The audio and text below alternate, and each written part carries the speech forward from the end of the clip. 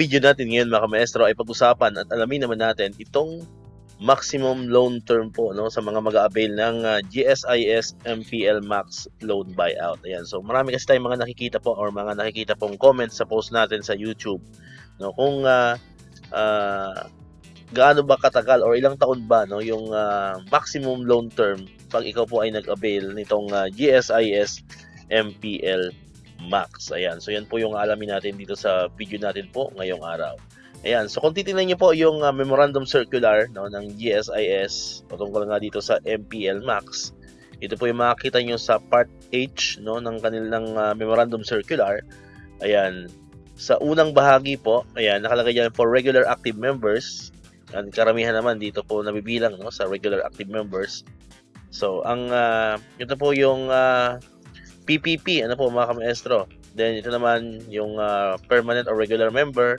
Then dito naman is non-career regular member. So pag at least 1 month ka na sa service but less than 20 months, ang maximum loan term po ninyo ay 3 years. Ano po mga maestro. So 3 years lamang po ang maximum loan term pag ikaw ay at least 1 month but less than 20 months. Ngayon, pag ikaw naman ay at least 20 months but less than 10 years ano po ng PPP, ano po mga maestro. So ang maximum loan term mo naman po ay 6 years. Ayan. And then kung ikaw naman ay non-career regular member, 3 years lamang.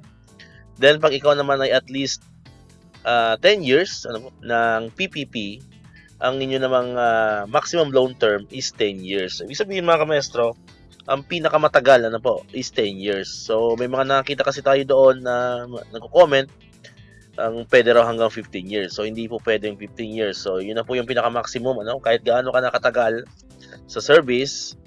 So maximum loan term niyo po is only 10 years kapag ikaw ay regular or permanent. Then pag ikaw naman ay non-career regular member, so up to 9 years. Okay?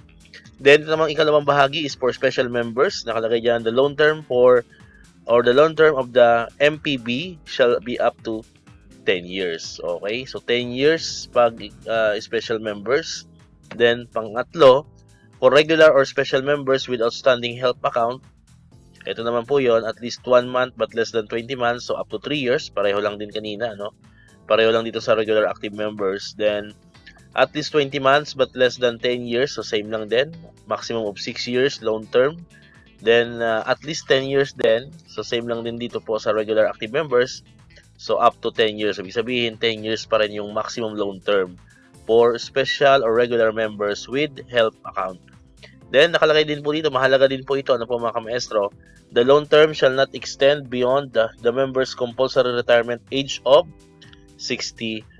So for example, ikaw po ay 57 years old na, ano mga maestro, 57 years old, mag-aabil ka nitong buyout, ano po mga maestro. So hindi mo na pwedeng gamitin or kunin yung 10 years na maximum loan term kasi nga sobra na siya sa edad mo na 65. So kung ikaw ay 57 years old for example, so 8 years na lang ang magiging maximum loan term mo kahit pa ikaw ay matagal na sa service at mahaba na yung PPP mo kasi nga nakalagay po dito sa pang-apat na guidelines niya is not extend beyond the member's compulsory age of 65. So same din kung ikaw ay 60 years old, then balak mong mag-retire ng 65, and then balak mo rin magpa-buyout, so ang ma-avail mo lang din po is 5 years kasi nga pag 10 years, sobra ka na nun sa 65 years old. Okay? So yun po, no? Yun po yung tatandaan po natin if ever man mag-avail kayo nitong MPL Max buyout. Alright? So yun. So sana po ay nalimunagan kayo no? Dito sa maximum loan term.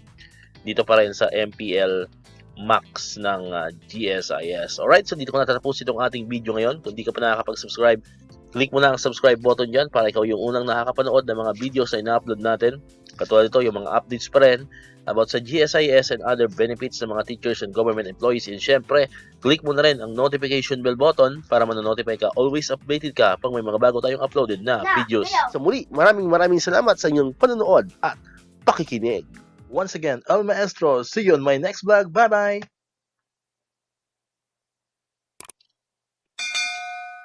1, 2, 3